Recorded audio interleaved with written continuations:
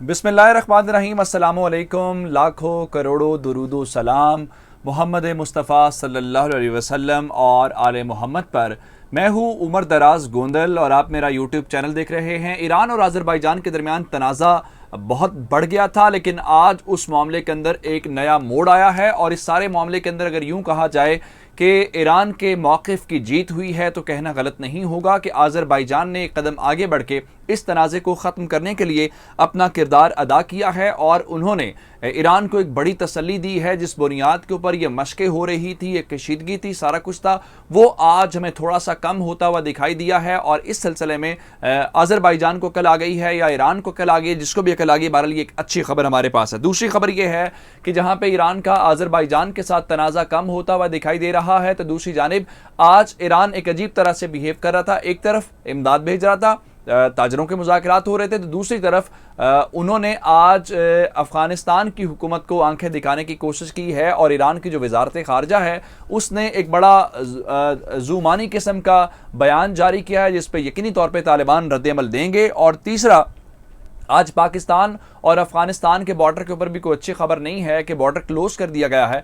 उसकी वजह यह है कि तालिबान ने पाकिस्तान से कहा है जो साबिक हुकूमत के साथ उसका मुआहिदा है, उस मुआहिदे के ऊपर अमल दरामद करें तो उसके बाद ही ये बॉर्डर खुलेगा। जिसके बाद पाकिस्तान के सफ़ीर जो मंसूर खान हैं वो आज काबुल के अंदर एक मुतहर्रिक किरदार अदा करते हुए नजर आए हैं। ये मामला भी आपको बताएंगे। फिर तालिबान ने पासपोर्ट की सर्विस अफ़गानिस्तान के अंदर बहाल की है, और पासपोर्ट की सर्विस बहाल करना तो एक खबर है जहाँ पर उन्होंने ख़वातीन से भी कहा है कि वो ड्यूटी के ऊपर वापस आ जाएं। लेकिन इंपॉर्टेंट सवाल यह है कि ये किस नाम से पासपोर्ट जारी होगा, अमारात इस्लामिया अफ़गानिस्तान के नाम से या पुराना जो अफ़गानिस्तान का नाम है। ये है हमारे पास एक और ख़बर। और कुंदूज से आपको ख़बर देंगे जहाँ पे तालीमी इदारों का आगाज़ हुआ है, यहाँ पे बच्चियों को लेकर एक बड़ी खुशखबरी आई है। ये तमाम ख़बरें तफसील के साथ आपकी खिदमत में पेश करेंगे। लेकिन आपने अगर अभी तक हमारा चैनल सब्सक्राइब नहीं किया और आप चाहते हैं कि आपको मुस्तनद और बर वक्त खबरें मिलती रहें, तो हमारा चैनल सब्सक्राइब कर लीजिए, बेल आइकन के ऊपर क्लिक कर लीजिए ताकि हमारी आइंदा आने वाली वीडियोज़ बर वक्त आप तक पहुँच रहे। ईरान और अज़रबैजान के दरमियान काफ़ी दिनों से मामला गड़बड़ था। ये मामला तो हम आपको बताते आए हैं कि आर्मीनिया के बाद से ही कशीदगी चल रही थी, लेकिन अब जुमे के रोज़ से जब ईरान ने यहाँ पे अपनी मशकों का आगाज़ किया तो उसके बाद अज़रबैजान के सदर भी अच्छे खासे भड़के और उन्होंने टर्किश मीडिया को इंटरव्यू दिया और कहा कि हमारी सरहद के ऊपर ही क्यों ये मशकें हो रही हैं। ईरान एक बात खुल के कह रहा था। ईरान ने कहा कि मामला सिर्फ अज़रबैजान के साथ नहीं है, बल्कि इस वक्त इस सरहद के ऊपर इसराइल की फ़ौज मौजूद है और इसराइल की फ़ौज की मौजूदगी ईरान की नेशनल सिक्योरिटी के ख़िलाफ़ है, जिसको हम हर सूरत बर्दाश्त नहीं कर सकते। ये बात दुरुस्त है कि अज़रबैजान के इसराइल के साथ ताल्लुकात बहुत अच्छे हैं और अज़रबैजान जो है वो इसराइल से असलहा ख़रीदता है और इसराइल जो है वो उसका असलहे का बड़ा सप्लायर है। लेकिन इस सारी सूरत हाल को देखते हुए बहुत सारे मुल्कों ने किरदार अदा करने की कोशिश की, लेकिन ईरान की हुकूमत बिल्कुल भी लचक नहीं दिखा रही थी और लग रहा था कि वो मुसलसल दबाव बढ़ाने की कोशिशों में है। जिसके बाद अब दोनों फ़रीक़ैन को कल आई है। ये कम अज़ कम अज़रबैजान ने थोड़ा सा इस सिलसिले में काम किया है और अज़रबैजान की हुकूमत ने बाज़ाब्ता तौर पर ईरान को इस बारे में तसल्ली दी है और उनको ये यकीन दिलाया है कि कशीदगी कम करें। और दोनों के, ईरान के भी साथ अच्छे ताल्लुकात थे अज़रबैजान के, ऐसा नहीं है कि इनके साथ ताल्लुकात अच्छे नहीं थे।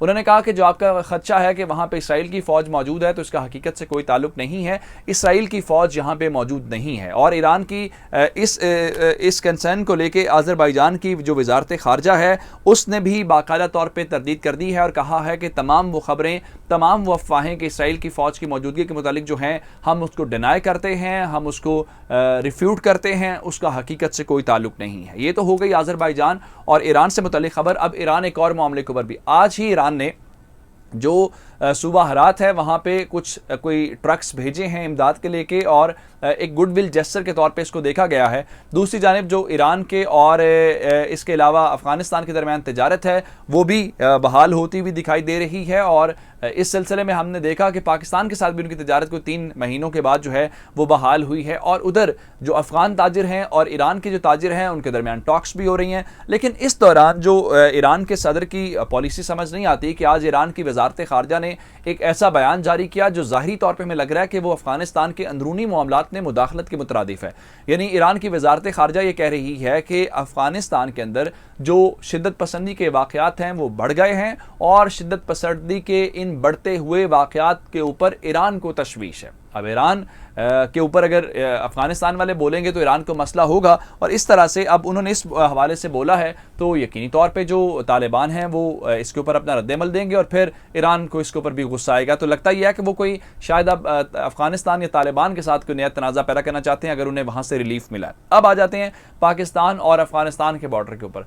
पाकिस्तान और अफगानिस्तान के बॉर्डर के ऊपर पहले भी तनाज़ा पैदा हुआ और फिर पाकिस्तान ने इस सिलसिले में बात मान ली और वहां पे जो एंट्री पास है उसको लेके इमरान खान के कैबिनेट ने बड़ा काम किया। लेकिन अब जो बाब दोस्ती है, स्पिन बोल्दक का जो इलाका है, वहाँ पे पाकिस्तान और अफगानिस्तान का जो बॉर्डर है वो क्लोज कर दिया गया है और यहाँ पे तालिबान ने कहा है जो अशरफ गनी दौरे हुकूमत का मुआहिदा पाकिस्तान के साथ था उस मुआहिदे के ऊपर पाकिस्तान अमल दरामद करे तो ही बॉर्डर खोला जाएगा, अदरवाइज ये बॉर्डर नहीं खोला जाएगा। वो क्या है? वो ये है कि शनाख्ती कार्ड और जो तस्कीरा है उसकी बुनियाद के ऊपर जो पैदल आमदोरफ्त वाले लोग हैं उनको आने जाने की इजाज़त दी जाए। लेकिन पाकिस्तान के सिक्योरिटी कंसर्न्स हैं, पाकिस्तान कहता है कि ये काम इस तरह से नहीं हो सकता। जिसके बाद जो पाकिस्तान के सफ़ीर मंसूर अहमद खान हैं वो काबुल के अंदर हमें बहुत मुतहरिक दिखाई दिए हैं। उन्होंने काबुल के अंदर कुछ अहम मीटिंग्स की हैं और जाहिर बात है वहाँ पर वो अपनी लॉबिंग करते हुए नजर आए और उन्होंने वहाँ पर ये काम जो है आज इसको थोड़ा सा कवर करने की कोशिश की। अब आते हैं अफगानिस्तान की पासपोर्ट को लेकर। जैसे ही हुकूमत ख़त्म हुई और तालिबान की हुकूमत आई तो ये पासपोर्ट शनाख्ती कार्ड वाला मामला रुक गया। उसके बाद ज़बीउल्लाह मुजाहिद साहब ने एक चीज़ बताई थी, उन्होंने कहा था कि अगर हुकूमत आएगी तो वो अमारात इस्लामिया अफ़गानिस्तान के नाम से अपने नए जो पासपोर्ट्स हैं, ये शनाख्ती कार्ड है, वो जारी करेंगे। लेकिन साथ ही ये भी कहा था कि जो साबिक हुकूमत के जारी करदा पासपोर्ट या शनाख्ती कार्ड हैं वो काबिल कबूल हैं, यानी उसके ऊपर तालिबान ने कोई पाबंदी नहीं लगाई। अब इस सिलसिले में एक नई पेशरफ्त हुई है। आज वजारत दाखिला के तर्जुमान ने बताया है कि तालिबान ने जो पासपोर्ट ऑफिस है उसको रिज्यूम कर दिया है और पासपोर्ट बनाने का जो अमल है वो शुरू कर दिया गया है। साथ ही जो इमिग्रेशन डिपार्टमेंट के अंदर या पासपोर्ट के ऑफिस के अंदर खवातीन काम करती हैं उनसे ये गुजारिश की गई है कि वो वापस आ जाए काम के ऊपर, उनको उनके काम के ऊपर वेलकम किया जाएगा। लेकिन इसके साथ जो इंपॉर्टेंट बात यह है कि अगर ये पासपोर्ट जारी हो रहा है तो अब क्या अमारात इस्लामिया अफगानिस्तान के नाम से पासपोर्ट जारी हो रहा है या वही पुराने वाला नाम है? तो हमारे पास खबर यह है कि ये अमारात इस्लामिया अफगानिस्तान के नाम से पासपोर्ट नहीं जारी हो रहा।